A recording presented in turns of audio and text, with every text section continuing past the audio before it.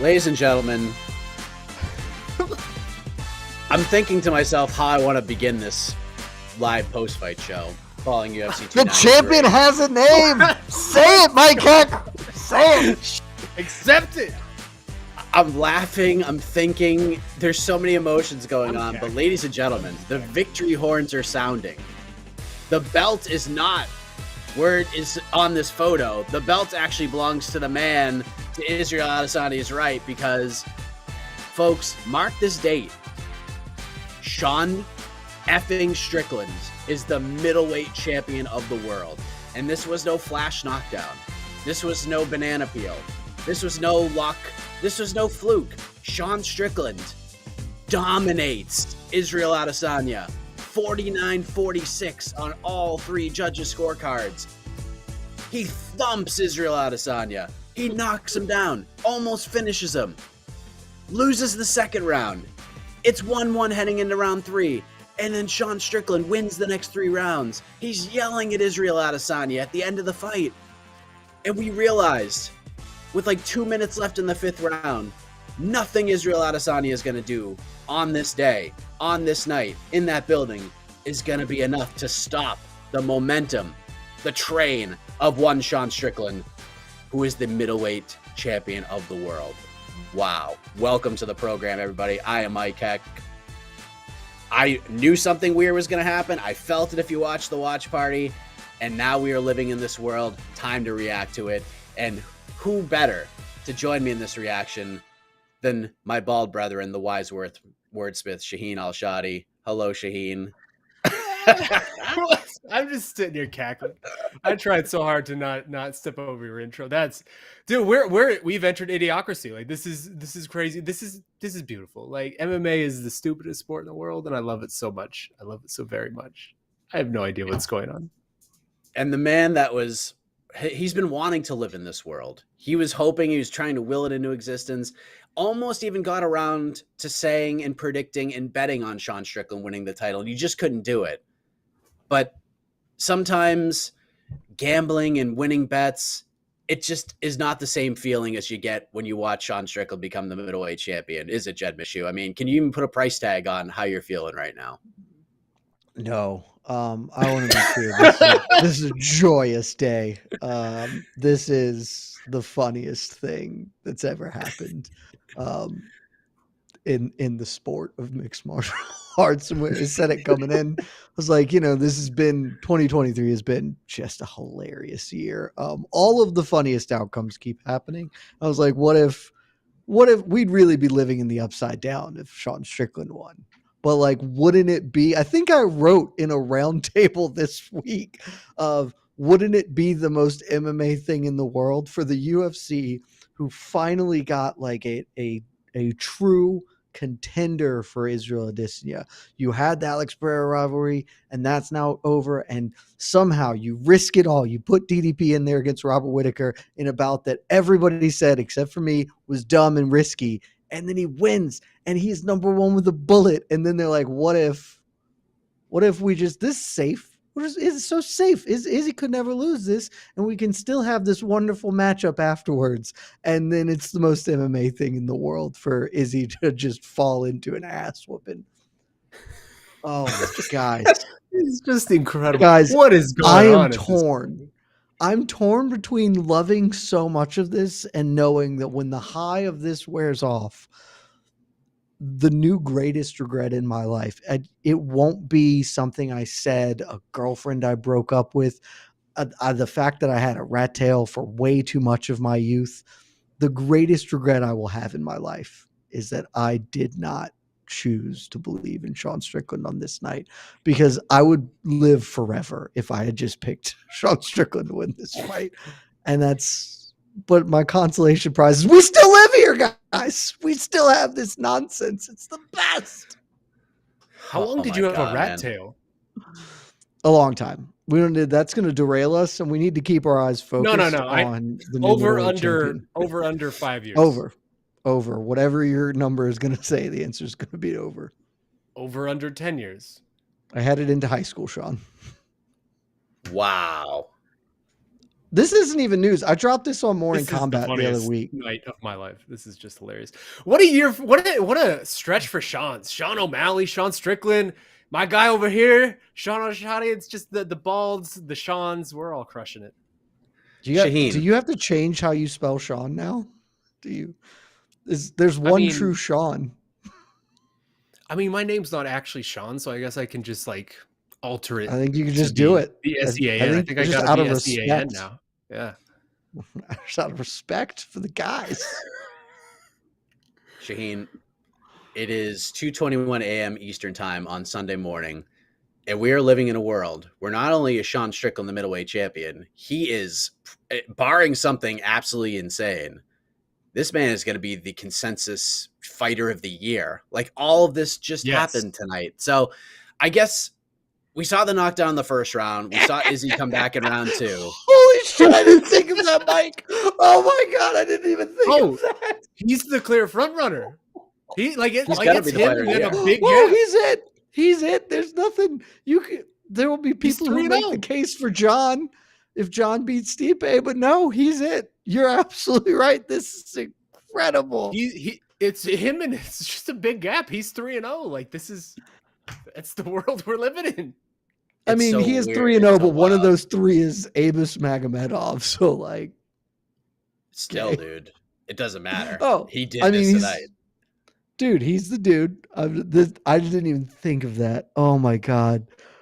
One of us is going to have to write about Sean Strickland, the freaking 2023 fighter of the year. It'll probably be me. I usually do the fighter of the year ones. It's the best. Oh, God. Oh, in the same year that Izzy's going to win knockout of the year for the Pereira, like, exercised his demons, all is right with the world, and friggin' 6 months later, he gets freaking bagged up by Sean Strickland. Oh, the sport is not real.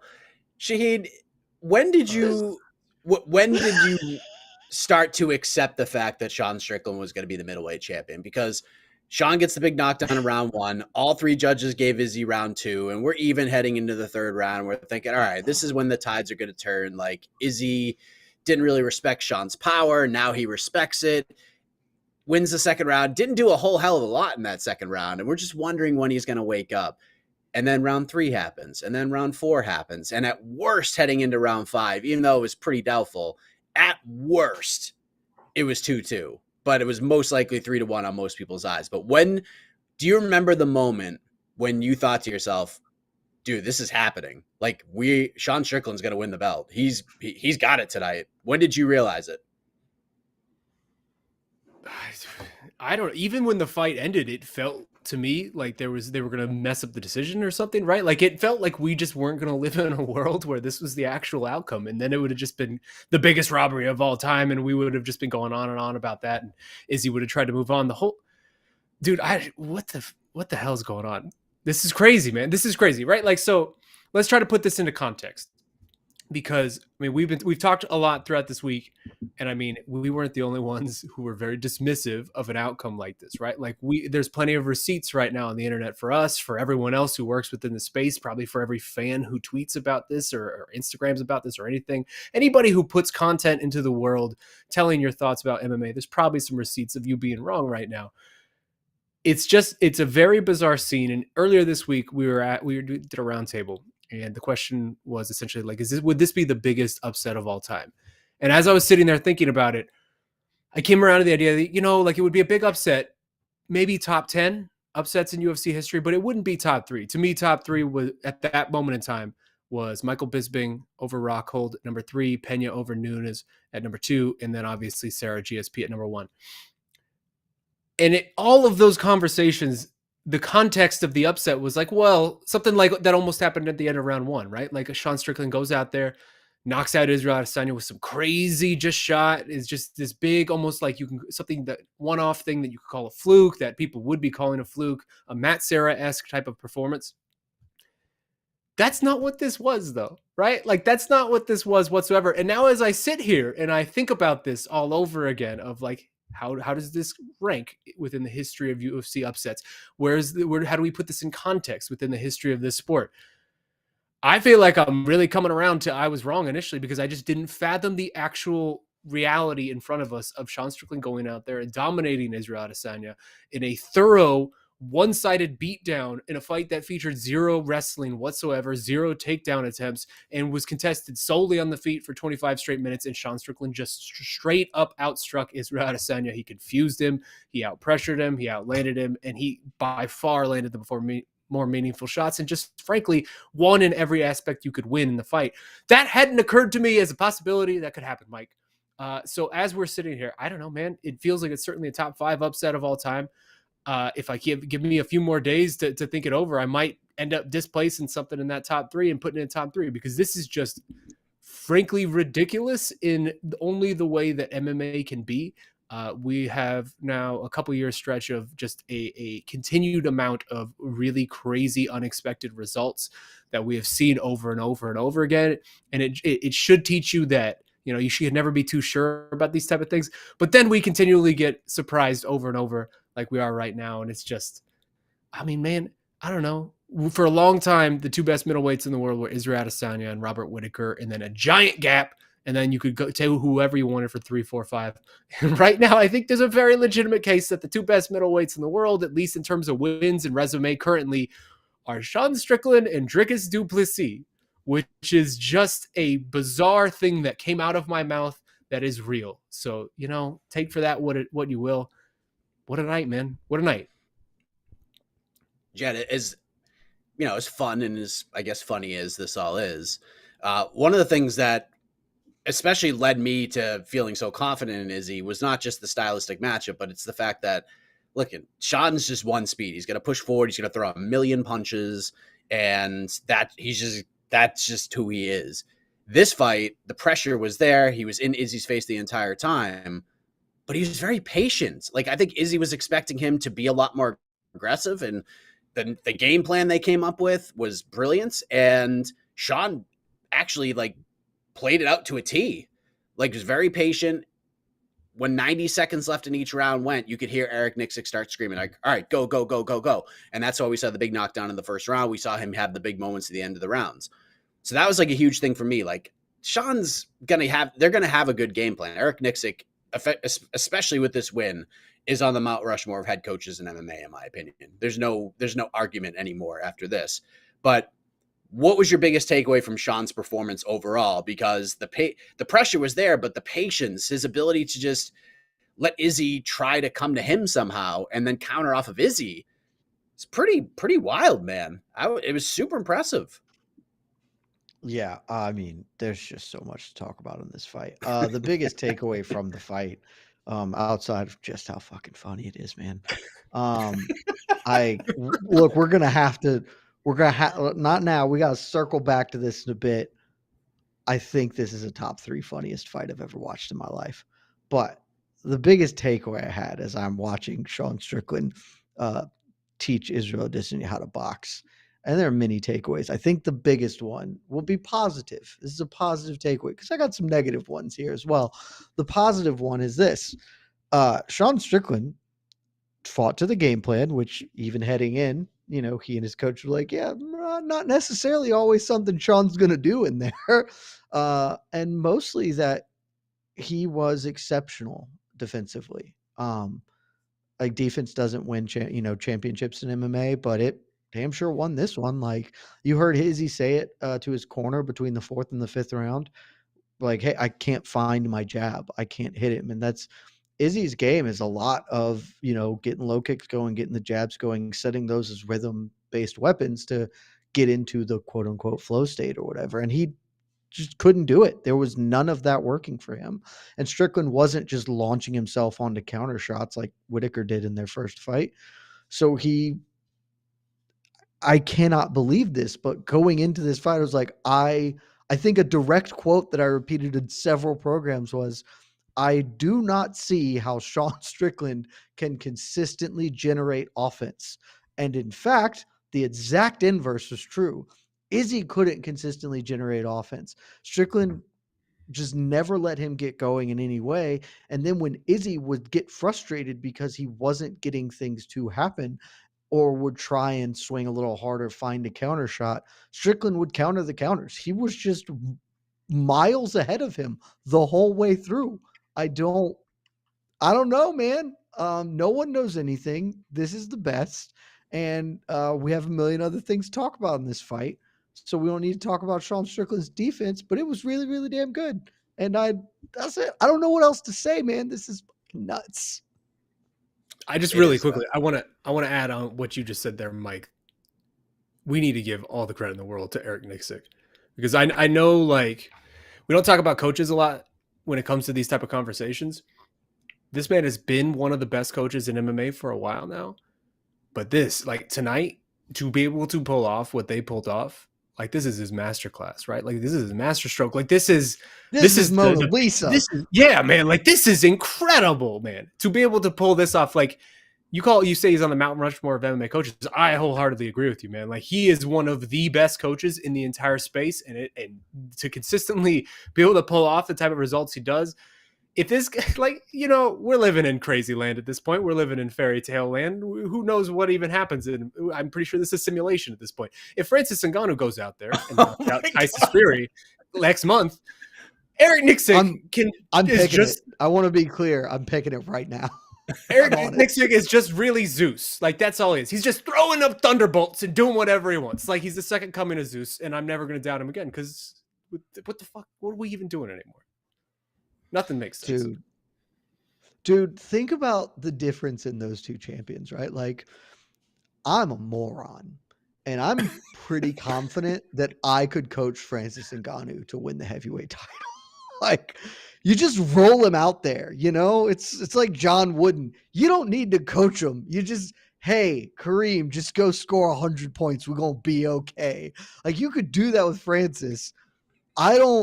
There are two people alive, maybe, who could have turned Sean Strickland into UFC champion. What the hell is going on? Shaheen, when you said at the way, back, you're getting talked into, this is the second biggest upset of all time. I know that there are going to be a lot of people who are in on Nunes Pena or whatever. No, it's Sarah GSP, and it's this right here, because this dude was a minus 220 favorite over Abus Magomedov, and now he is the champion of the world against probably the second greatest middleweight of all time. I can't get there yet. Much. I can't get there yet, because I mean, ultimately, and we'll talk about this soon, because I would imagine we're talking about what comes next, but like Israel Adesanya, however you want to frame it, I agree, second greatest middleweight of all time. He's still someone who has lost 2 out of his last 3, so I can't get there to the second biggest upset of all time, but it's, god damn, it's close, Shaheen, man. Again, I'm sorry, I didn't give him enough credit, I guess. I want to be clear. When I say that he was a minus 250 favorite, he's actually a minus 150 favorite over Abus Magomedov. And checking the watch, that was 6 weeks ago. 6 weeks ago, he was a minus 150 favorite over random body, and he just beat Izzy. It's the biggest upset I've ever seen. It's not St. Pierre, Sarah. So I'm going to frame this a little bit differently, Shaheen, because the title of our preview show was, is Sean Strickland upsetting Israel Adesanya the most chaotic result in UFC history? Now that you've seen it, and now we see what this division could look like, and we'll talk about the what's next and where this could all go. But with like the winners, the losers, the contenders that were coming up, the contenders that are still coming up, is this the most chaotic result that you can remember in UFC history following a pay-per-view? That's a tough question. I would say no, just because people forget Matt Serra won a title shot against George St. Pierre off a reality show. Like that was chaos. That's chaos incarnate, what Matt Serra did way back when. It's a different landscape though, right? Like this, you're certainly like, this is a much more mainstream version of it. This division felt like it was set up to actually start getting really crazy after this fight, right? Like on the previous show, I called this a bridge fight because it felt like all the best stuff was about to happen. We were about to get the DDP fight. We were about to get the Khamzat Chimaev fight. when it comes to chaos, I mean, this is right up there. I think Bisping also just randomly creating the greatest ending to a career of all time ever out of nowhere is probably up there as well. And then fighting Dan Henderson, who was like ranked number 14th or 11th or whatever afterwards. It's top three. It's top three for sure when it comes to chaos. I mean, what the hell are we just talking about? We said it all. We said it 1,000 times. It's Sean Strickland is the UFC heavyweight middleweight champion. Like I'm confused how to speak about this. So Jed, Dana White shows up at the press conference and he reacts to it. Says Izzy looked really slow. He looked dry, looked dried up. Just didn't have it. And because of this, he wants the rematch. I feel like the rematch isn't necessary here. Like DC even said it, like we shouldn't run it back. Like I get it. Like Izzy's second greatest middleweight or whatever.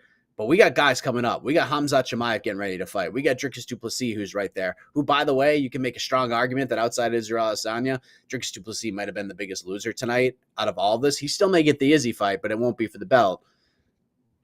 What like this? This is all just absolutely insane. But we can't do the rematch. I mean, you shouldn't do the rematch. Do the rematch, right, Jed? Like the rematch is a bad idea.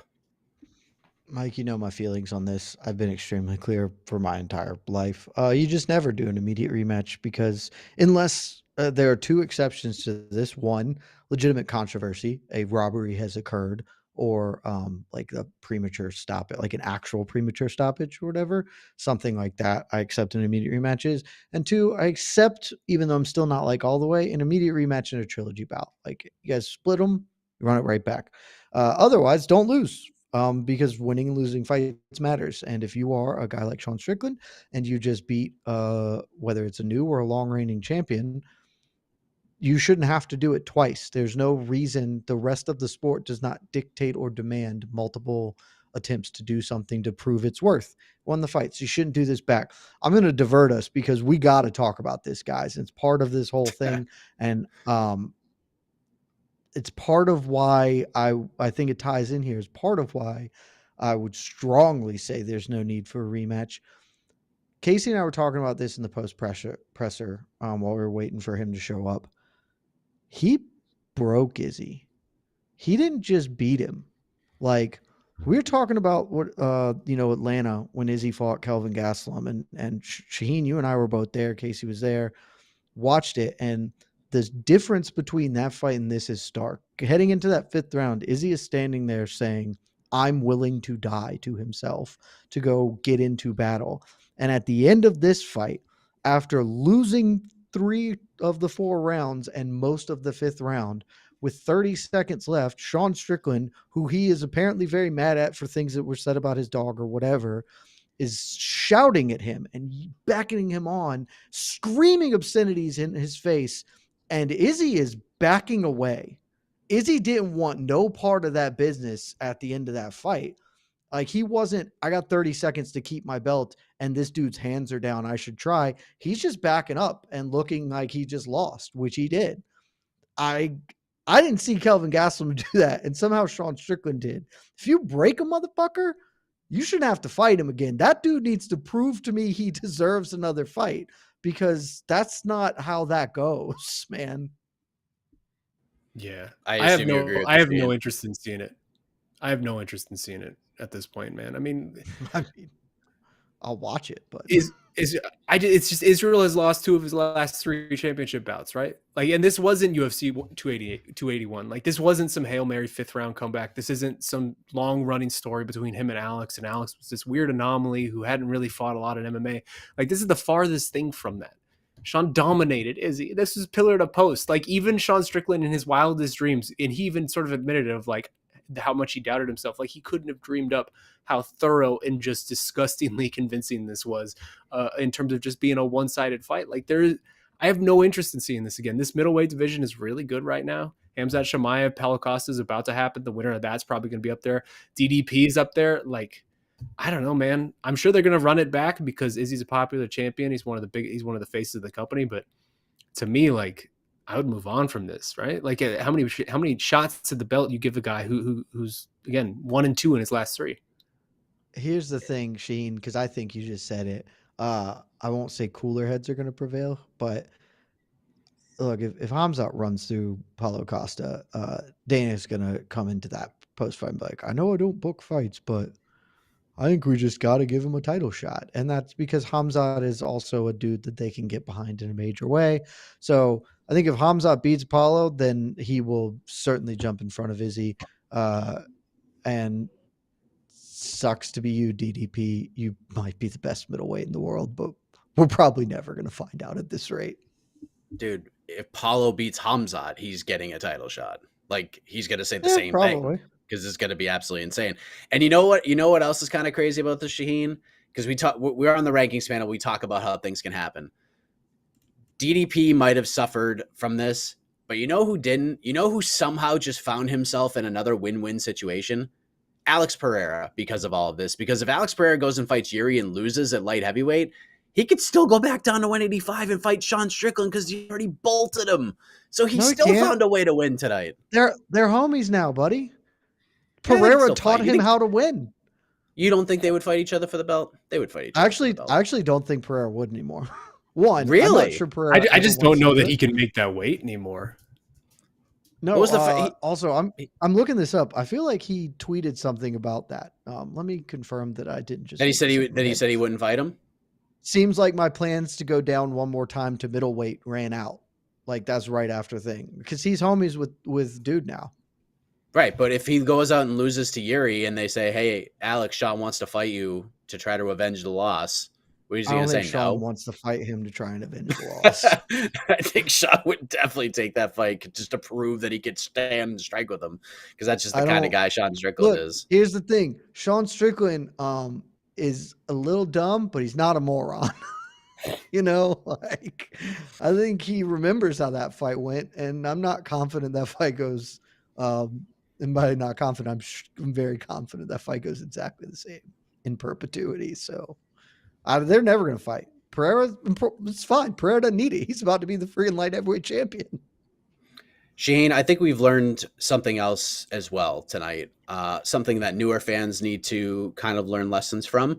Something that longtime fans need to learn lessons from because when we have these types of situations, we had it with Kamaru Usman. Now we have it with Israel Adesanya. There's lessons that need to be learned. And Jed talks about this all the time when it comes to how impressive it is to continuously defend your title. So I'm going to back away and just let you do your thing right now. What is the biggest lesson that MMA fans can learn from what happened tonight when it comes to the history of the sport and the greats that have come before this generation of champions? Look, Mike, I know what you're trying to do here, and so I will oblige you because I don't ask for much. I really don't. I love you guys out there. I love you guys who support us and watch us on this podcast network, this video network, who support MMA fighting, who have for so long. My baby boy just had his first birthday like a few weeks ago. It was great. We celebrated. He ate a bunch of cake. He was all sugared up. It was just a great time. None of you guys got me anything for it, and you don't need to. That's fine. I don't need anything for it. What you can get me, call it an early Christmas gift. Why would I get you something for your son's birthday? Hold on, Jed. Let me get there. You didn't get him anything either, and he was very offended. He talked to me about it. You can get me for a late gift for him, early Christmas gift for me, whatever you want to do. Can this night, can just whatever we just saw, whatever the hell just happened tonight, I still am not quite sure what just happened tonight. Can this be the coffin nail forever and ever and ever on this stupid thing that we have seemingly done over the last 5 years, where every time a single champion defends his belt twice or 3 times or 4 times or maybe even 5 times, there is this rush to anoint him as the greatest human being who has ever laced up 4-ounce gloves and fought in that division. It happens every single time. I'm old enough to remember when Tyron Woodley was the welterweight GOAT. You remember when Kamaru Usman was the welterweight GOAT? That happened too. Where's all that now? Like, this is just something we tend to do in this space recently. I don't know why. It is only a symptom of the last 5 years, it seems. And now it was happening with Israel Adesanya after the Alex Pereira win, where he lost to this guy, then he came back and got revenge, and great for him. That's awesome. And all of a sudden, he was the greatest middleweight of all time. To call someone the GOAT in a division where Anderson freaking Silva existed and went 16-0 to start his UFC career and carved out one of the most incredible combat sports legacies we've ever seen. It's just disrespectful, not only to history, but it's disrespectful to the athletes who are currently still doing things, because it puts weird, like undue tribute upon their laps that inevitably gets taken away very quickly when they do lose a fight like this, when they don't show up in the way that they need to, and we get a result like this. We seemingly do it every single time. All I ask is that maybe this is the moment where we can all look at each other and be like, hey, maybe this is a dumb thing that we keep doing and we should stop doing. We don't know how these stories are going to end when we're in the middle of them. And this is a great example of this. And Jed, I mean, we've talked about this a lot on different dams of like, there were moments in time during a lot of people's careers where if they have just walked away at that moment in time, we would consider them far differently than how we do now. Jose Aldo, Fedor, whatever. BJ. We don't need, yeah.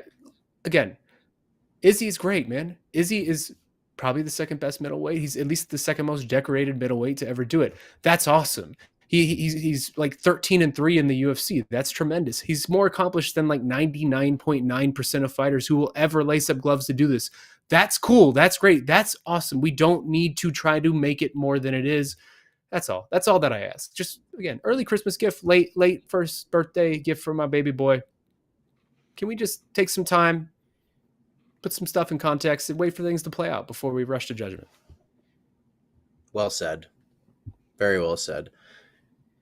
Real quick before we kind of transition to the rest of this card, because other things did happen on this card. I mean, we can just go to the peeps too. Where does Izzy go from here, Jed? Like, where does he go from here? Like, I feel like the UFC is going to try to push this rematch, but like, where does he go from here? Like, can he come back from this? Like, he came back from the Pereira loss, right? But can he come back from this 2 losses in 10 months? Like, dude's he's got a lot of mileage on him. He's had a lot of fights and he's still very good. Like, he could, if they ran it back, like Izzy could beat Sean Strickland. Like, it's definitely there. I mean, we all were so confident about it the first time. So where does he go from here? If you were advising Israel Adesanya, what would you tell him? 205. That's what I would tell him. He's going to come back and fight for a title, and maybe he wins it.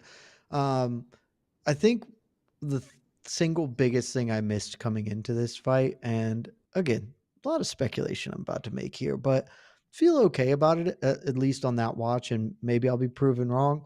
I think I really just did not pay any amount of respect to the mileage on Izzy. Because he's not that old, like 34 or whatever, but he's got 15 years of fight years on him. And I've talked with AK Lee about this this last couple of months for a reason. If you start to get to 12 years, like that's when you start to see mileage accrue on fighters. If they've fought 12 years, and Izzy's got 15 combined with kickboxing and hard years. Like, he's got a lot of fights under his belt across multiple disciplines and all that training, and it just adds up. And Casey and I were talking about this on the post presser. Again, too early to say definitively, but the big telltale sign for me, whenever you see like, oh, I can tell a fighter is starting to get old, it's happened with all the greats, is they can't pull the trigger. You know, they still have the skills and the ability and the power, but they can't pull the trigger as much. And I mean, that I would quantify the single biggest issue that Izzy had tonight was pulling the trigger on offense. And granted, a lot of that is Sean Strickland taking those opportunities away. But when Father Time is beating you, it's because things are going down just a little bit and your split second reactions are a little bit lesser. And so you see the opening and you can't find the jab, to steal a quote directly from Izzy in that fight. So I would say that there is an extremely high likelihood that Israel Adesanya is now over the hill, and that for the remainder of his career will not be the best. He could still win this fight. They rematched in the post-fight. Eugene Bareman was like, I'd fight him next week, and we think we could win it. Maybe that's true. Maybe it's not. But he's never going to put together like a sustained run.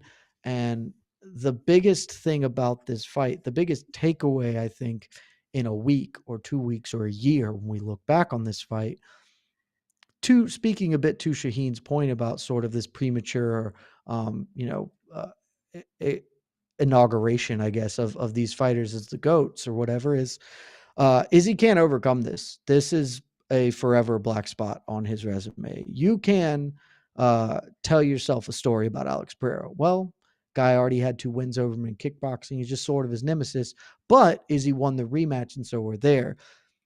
Losing to Sean Strickland, a guy who you were a massive favorite over, and genuinely nobody thought could possibly beat you, and losing in that manner and getting broken by him.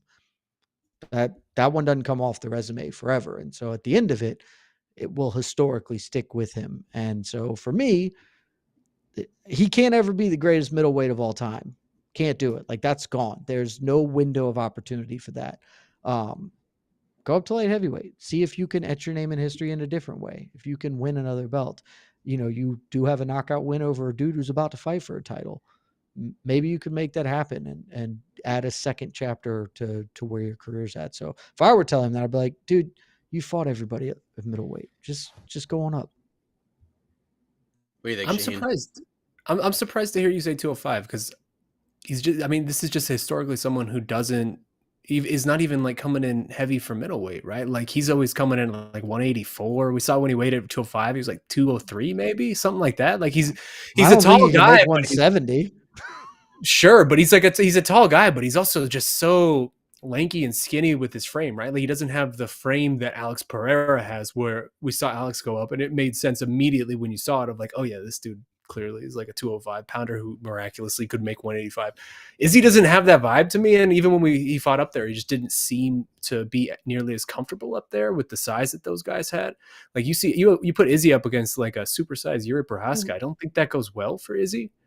Well, yeah, but that's the thing is he always said when he was like, after the Jan fight, he was like, well, I'm going to do a couple more things here, and then I'm going to take the time, build up, put on weight, and go up.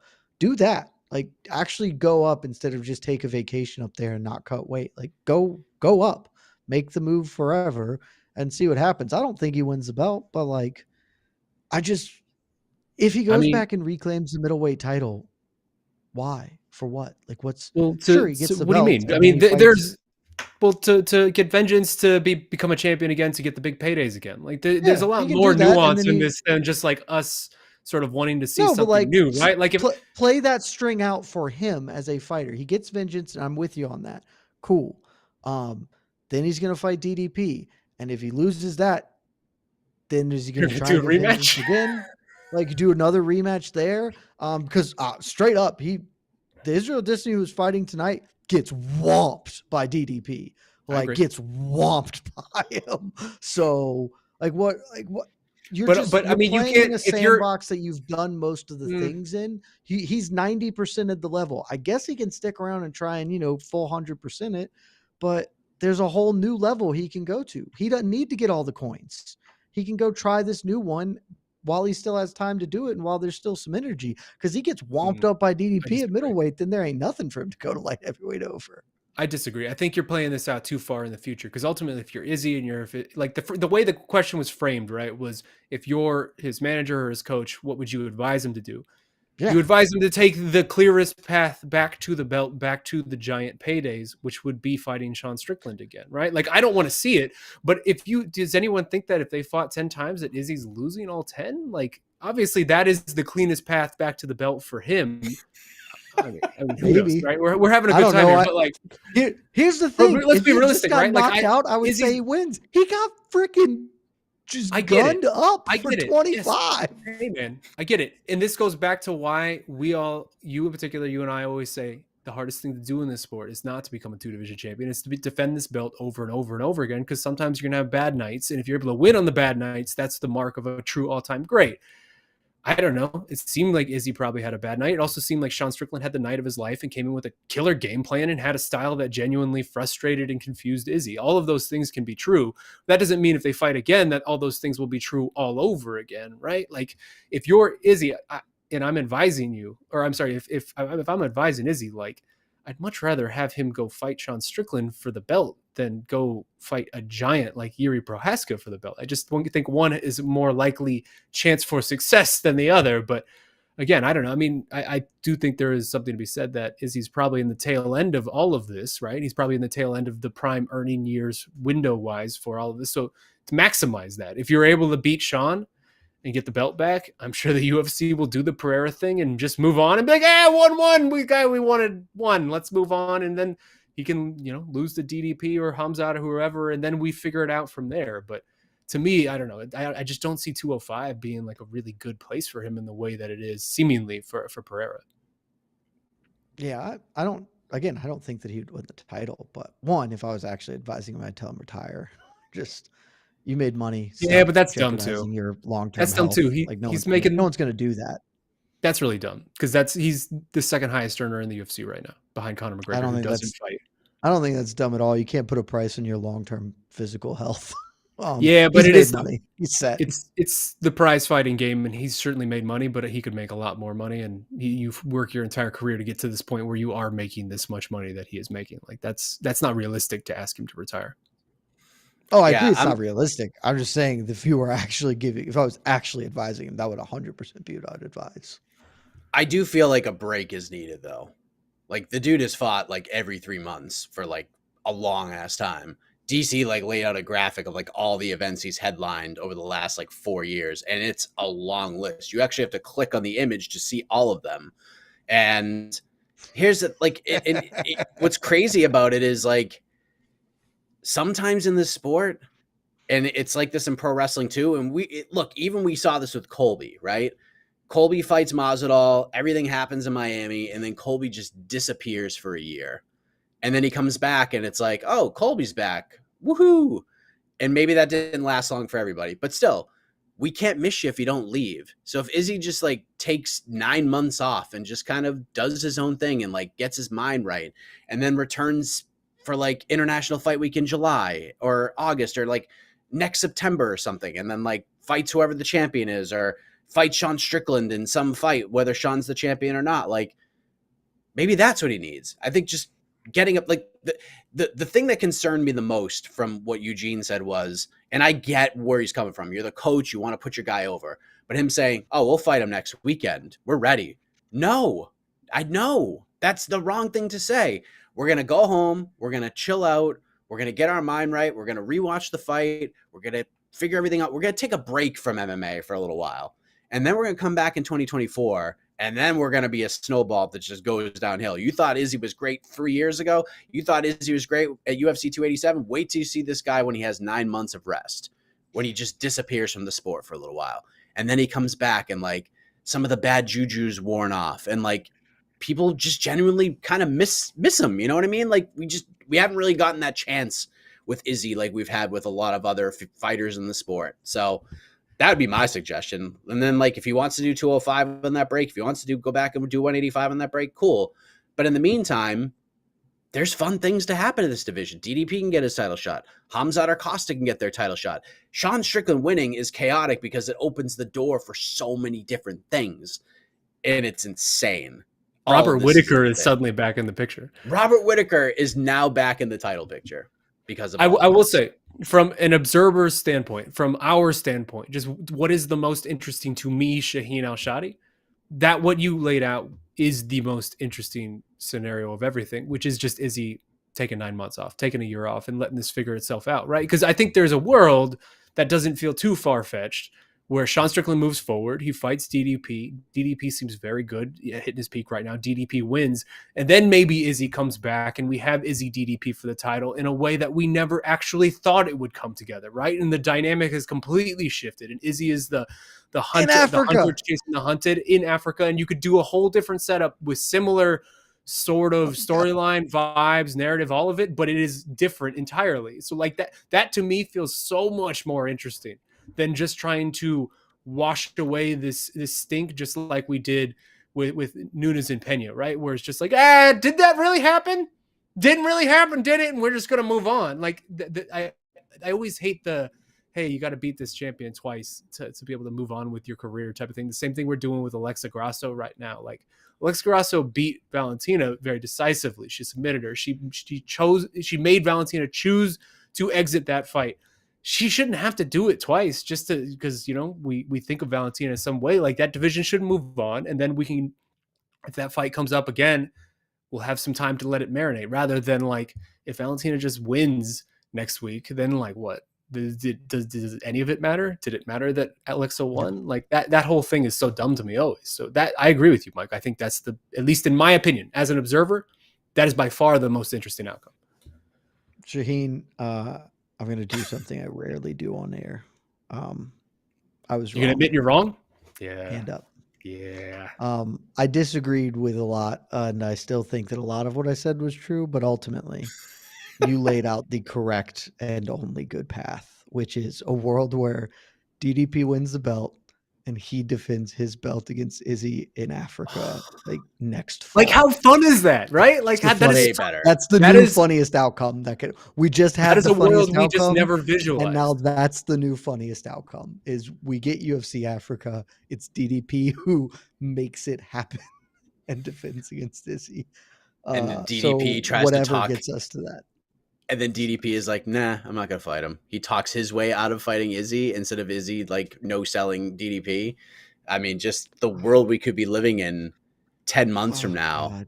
if DDP wins the belt is just fascinating stuff. But golly, Also- man, Sean Strickland's a middleweight champion. Go ahead, Sheen. Potential outcome that we also haven't even considered. Paulo Costa is one of the most entertaining men in the entire sport right now. If he just goes out there and colds Hamzat Shemaev in like a round and just knocks out this dude that we've been proclaiming as a 2-division champion, and then Paulo Costa goes in there and beats Sean Strickland, and suddenly Paulo Costa is the UFC middleweight champion. New York Rick's personal barber, Paulo Costa, is out here with the belt. That's a great, like, that's super fun. There are so many opportunities now for this division to have so much fun, and I'm just here for it. We can't miss you if you don't leave. Hit the refresh button. There's nothing wrong with that. There's nothing wrong with that. I'm sure there's a million questions and a million talking points from the people. I have but a million questions. let's slightly pivot and then we'll go to the piece. I'm sure we're going to talk about all the other lingering things. A la the NHL, Jed Meshew, I'll start with you. Clearly, Sean Strickland is the top guy here. Like if we do the 3-star scale, like the end of a hockey game, bring out the top 3 stars. Sean Strickland's number 1. Who's 2 and 3 from this card for you? I guess you got to go Volkov, just because being the second man to ever pull off an Ezekiel. That's right. I said second. Don't bring me your Remco Pardon. No, Remco is in a gi. It's not. It takes away the fun of calling it an Ezekiel choke. If there's a gi there, it's easy. Like I can choke anyone with a gi. It's not hard. He's doing it just with the feeling and the strength of his arms. Like that's so second man ever behind Alexei Oleinik to score an Ezekiel. So I'll give him that one. And then, I mean, I feel like the answer probably has to be Justin Taffa, even though no it one doesn't. cares. No, it doesn't. No one cares. No, because I don't give a shit about the rest of the things that happened on this card. But No, Justin you're Taffa missing landed one. some of the meanest freaking coffin nails of all time. So I'm not doing the one you want. I refuse because I don't care about any of the rest of these people. So give me Justin Taffa because those coffin nails were nasty. Shaheen, No, who's 2 and 3? I mean, I agree with 2. It's obviously Volkov, right? Like that's the most meaningful result on this card outside of the main event. But give me Tyson Pedro. That knockout and then that celebration was cold, man. That was super. That was sick. I rewatched that thing like 4 or 5 times. The knockout was just nice in and of itself, but then the celebration was just like that was perfection. I don't know if he practiced that or whatever, but I dug that a lot. Give me that. You would do that to AK? You would disrespect AK by picking the man who beat his boy? Look, Couldn't be me. I know that this is a Couldn't be great me. moment of sadness for all of us and that we so badly wanted the Pleasure Man to be a good fighter so that every 3 or 4 months we could just unload all of the Pleasure Man innuendos and double entendres that we have stacked up here just on Twitter and Instagram and have a great time and it would be the whole thing. But yeah, I'm sorry, that's just not the world we live in. And that man got deaded in a real crazy way. I think you probably think the combination of names you both threw out there are probably the correct answer. But shout out to Carl Solberg too, like a complete performance.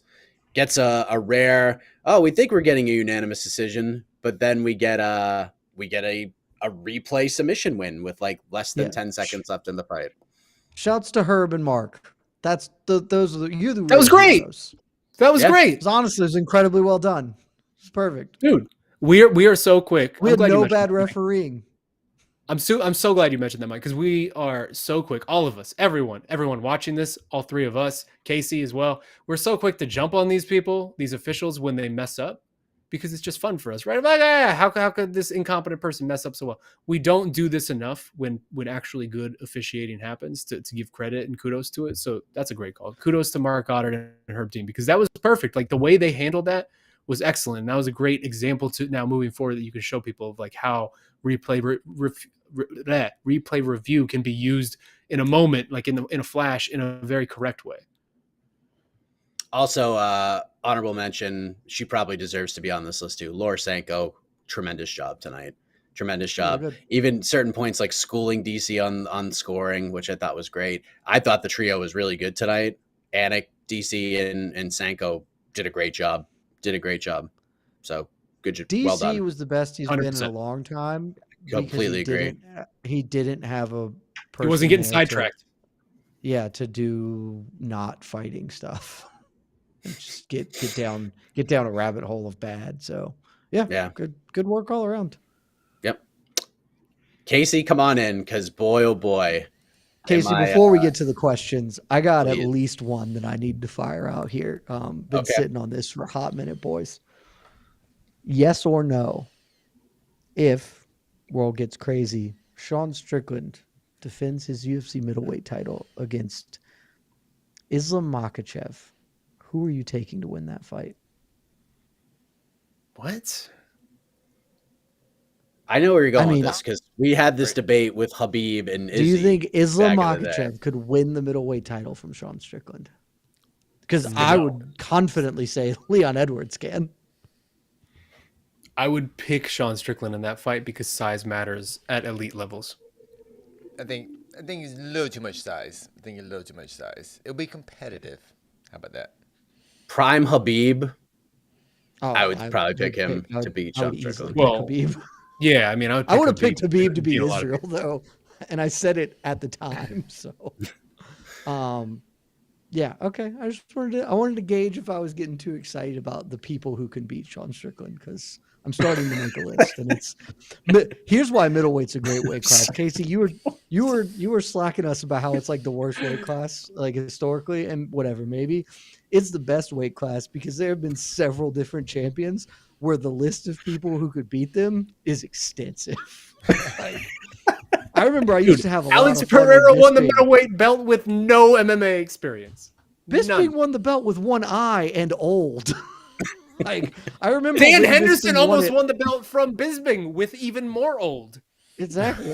I remember when Bisping was champion, I was like, I think I can put together a list of 25 fighters, middleweight to welterweight, who I would pick pretty comfortably to beat Michael Bisping. And I'm going to have a lot of fun doing something similar with Sean Strickland in the coming months.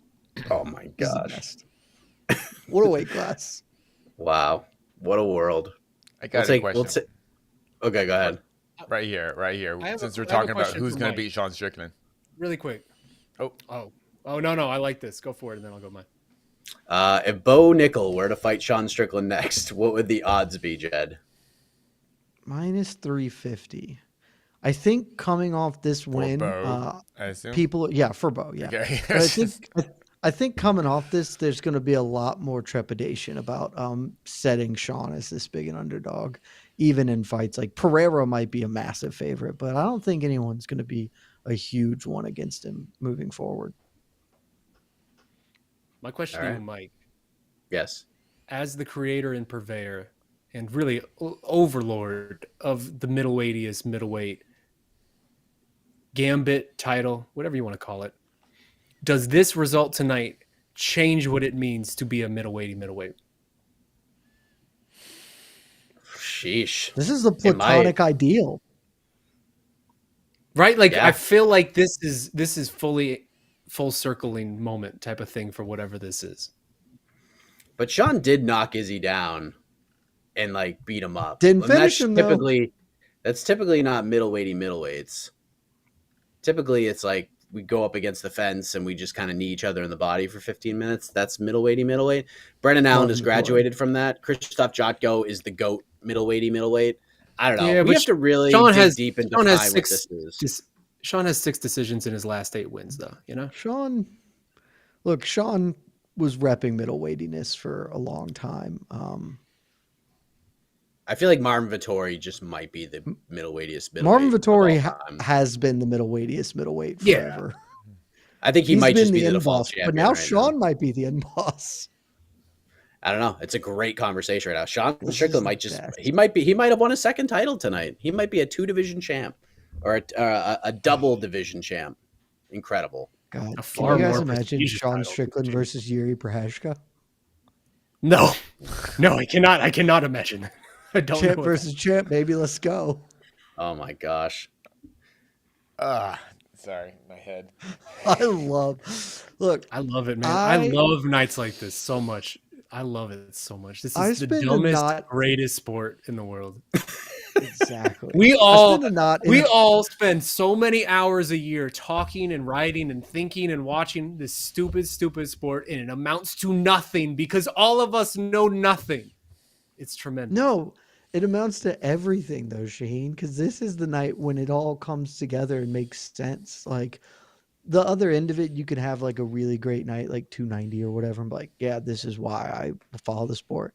This is the other half of it. When I'm like deep in the weeds of actually, this card was a perfect example. We got 2 homophobic slurs for literally no reason, just out and into the ether. And it's like, oh, The this second is what one I've was chosen so to do with my unnecessary. life. So unnecessary. close. He was They're so all close. unnecessary. Cop almost nailed that promo. I was like, oh man, Cop did it. They're Yeah, like, no! just at the end, just as a little turd bomb at the end to be like, what if I ruin all of this?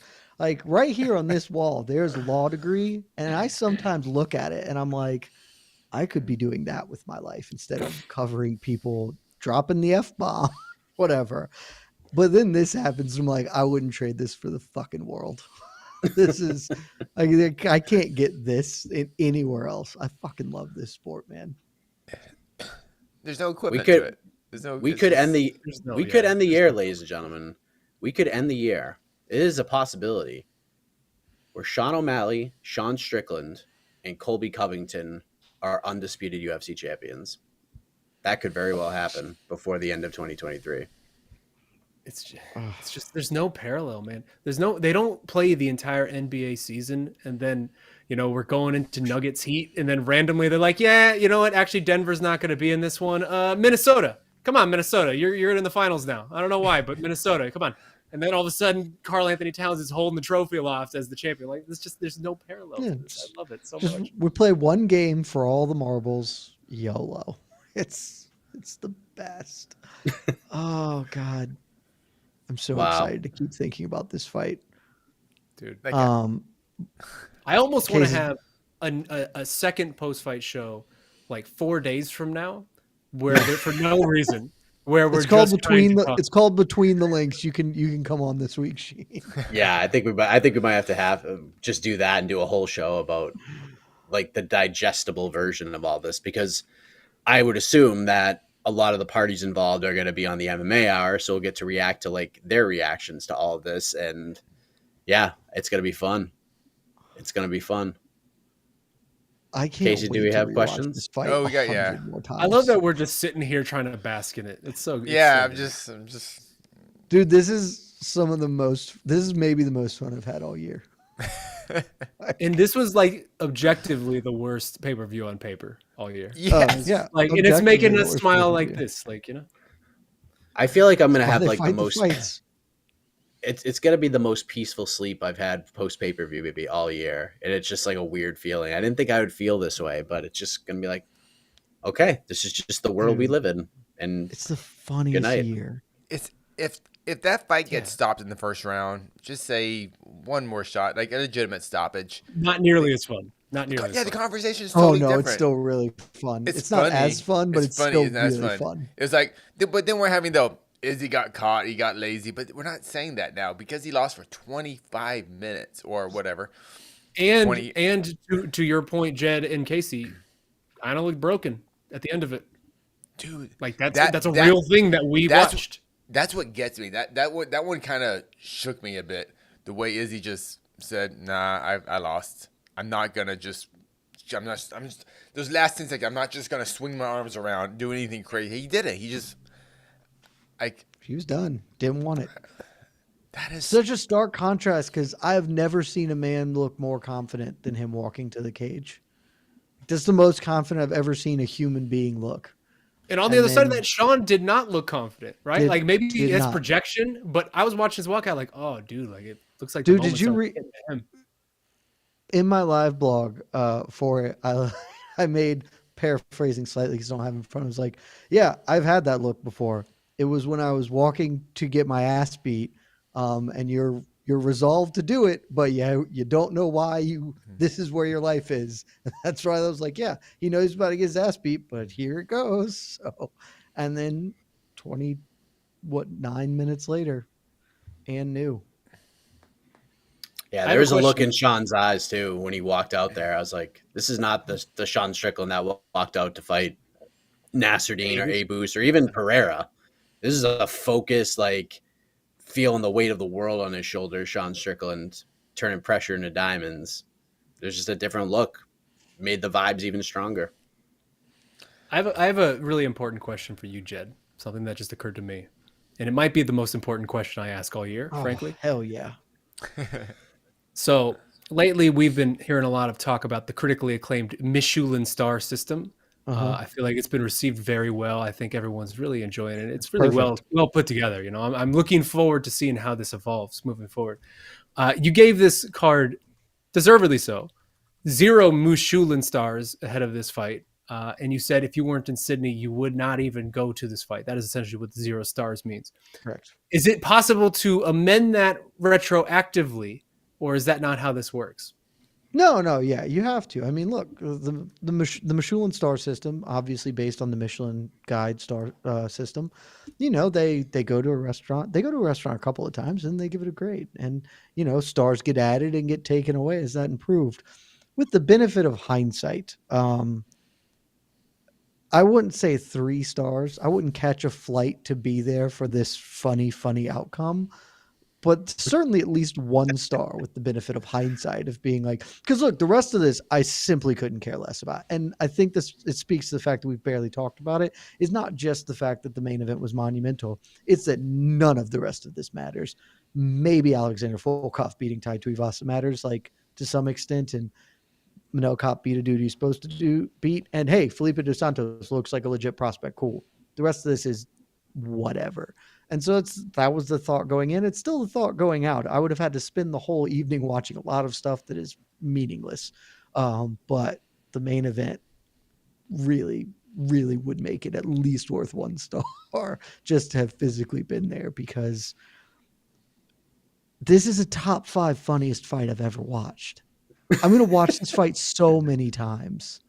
Like, look, the undisputed funniest fight of all time, as far as I'm concerned, and maybe this is macabre, I don't care. It's Kimbo versus Dada. I have with you, 100% with you. I've genuinely never had more fun watching a fight. It is an actual like top 5 fight for enjoyment that I've ever had.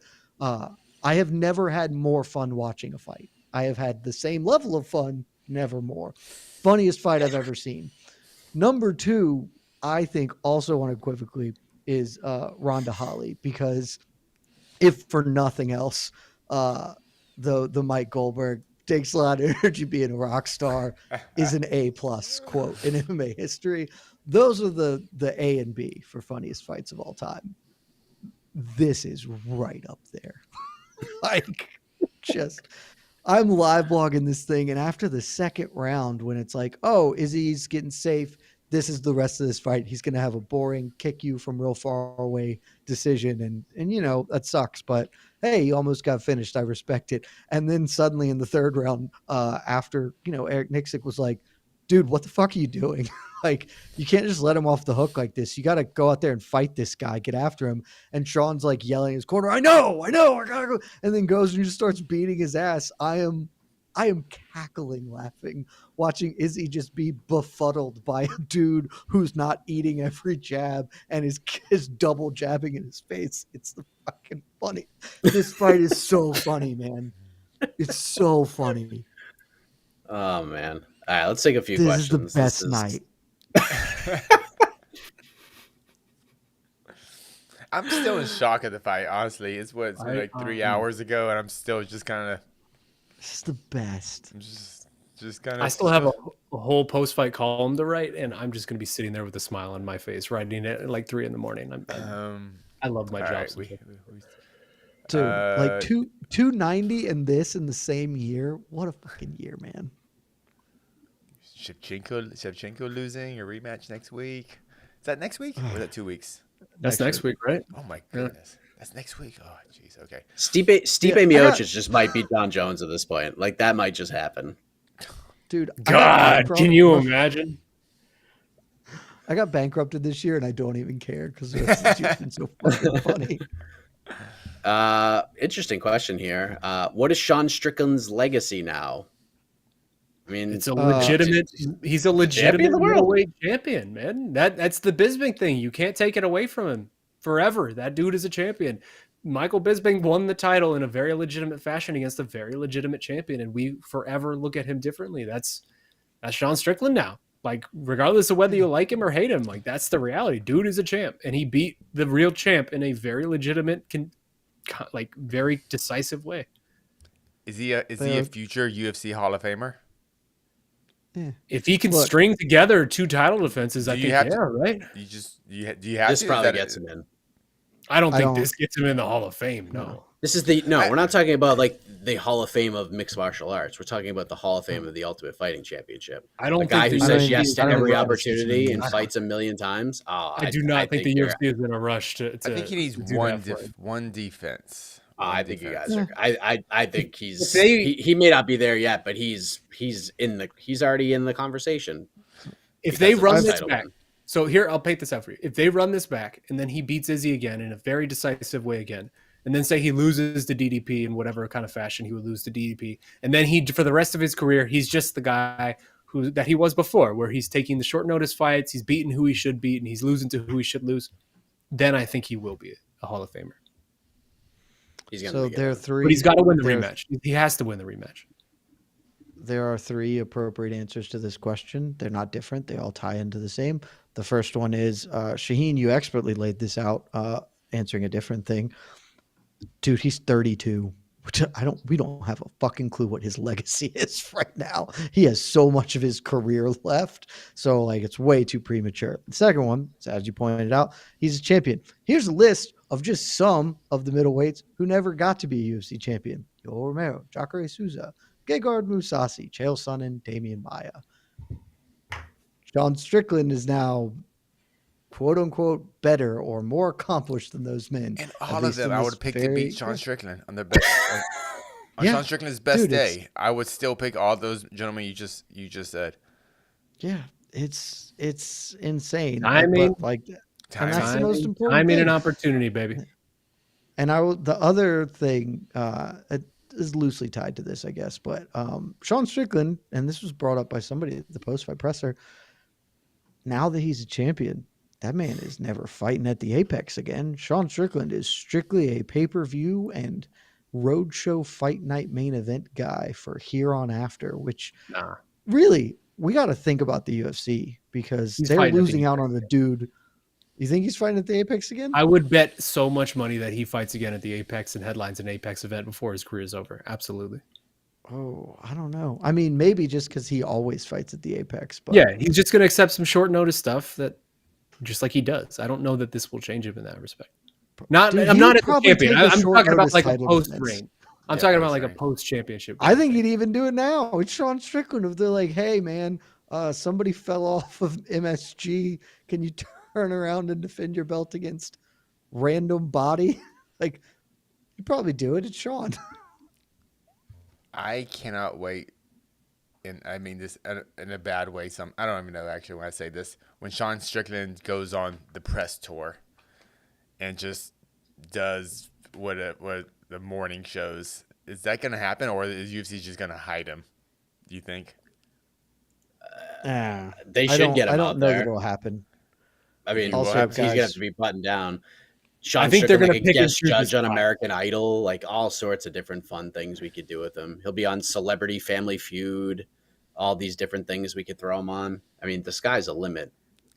Yeah, I but think he there just are has, certain places you can put him that will make sense. I think they'll pick and choose the spots they send him. Yeah. Like they're not Yeah. sending him to the Today Show or something.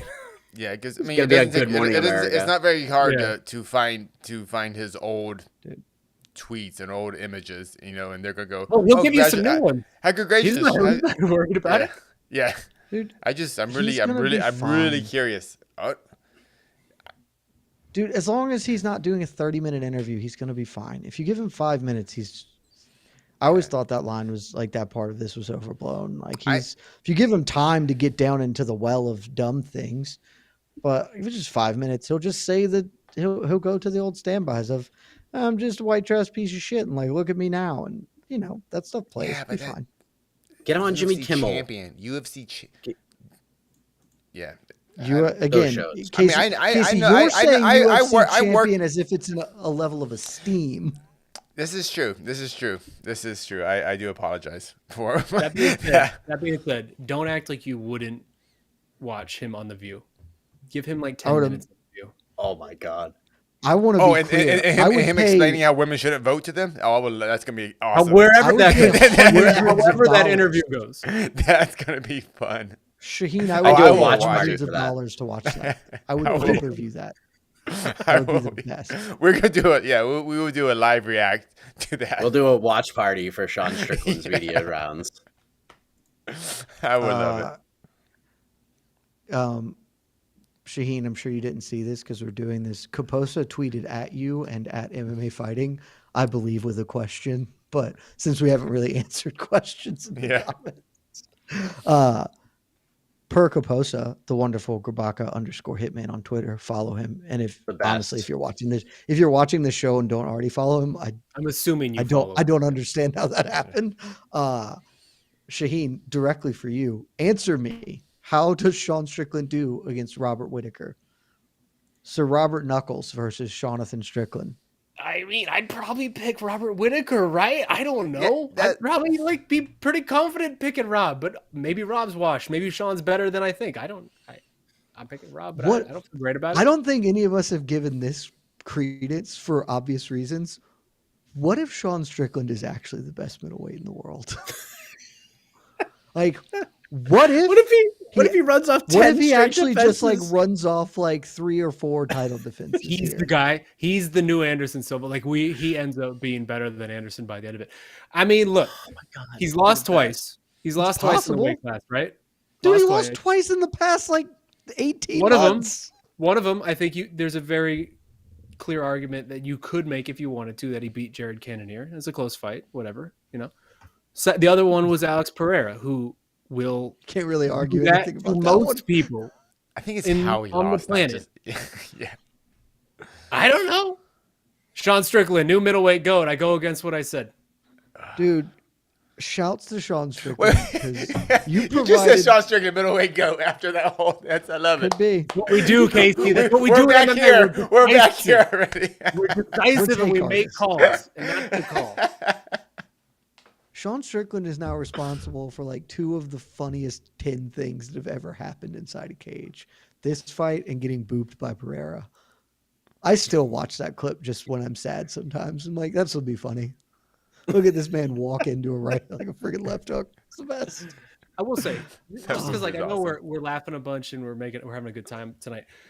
It takes like incredible humility for a human being to get colded in such a crazy, like memorable way that Sean Strickland got colded by Alex Pereira, like the way that we will see that replay forever for the rest of our lives, and then go to Alex Pereira and be like, "Hey, bro, like that was pretty bad.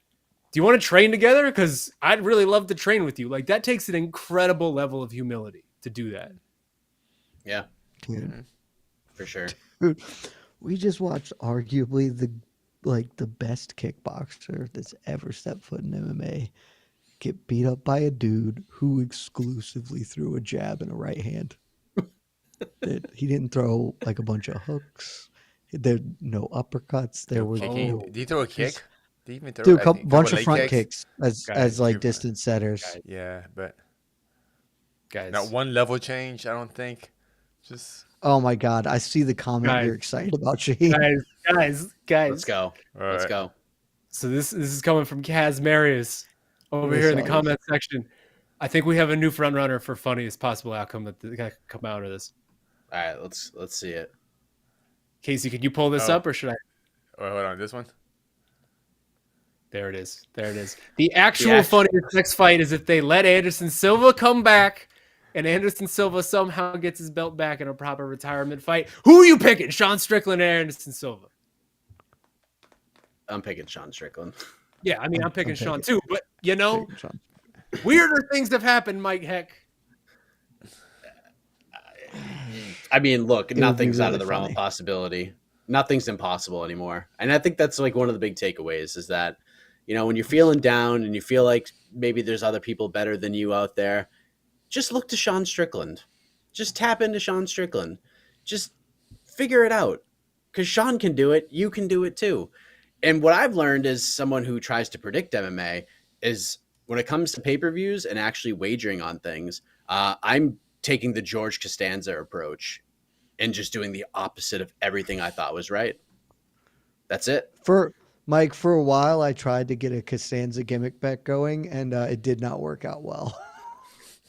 So, but you have to pick your spots. You have to pick your spots. Picking those spots is tough. I'm just saying, be forewarned. I tried the Costanza gimmick, didn't get very far. I'm taking a future shot on Stipe like tomorrow at this point because I'm gonna 1,000% bet Francis to beat Tyson Fury. It won't happen. That's the one. But like, what if? At this point, I think Eric Nikic is capable of anything. Like, I'm not putting anything past that man. He's gonna beat Tyson Fury with just like a jab. Can you imagine? He doesn't even knock him out. Like, he just kind of like game.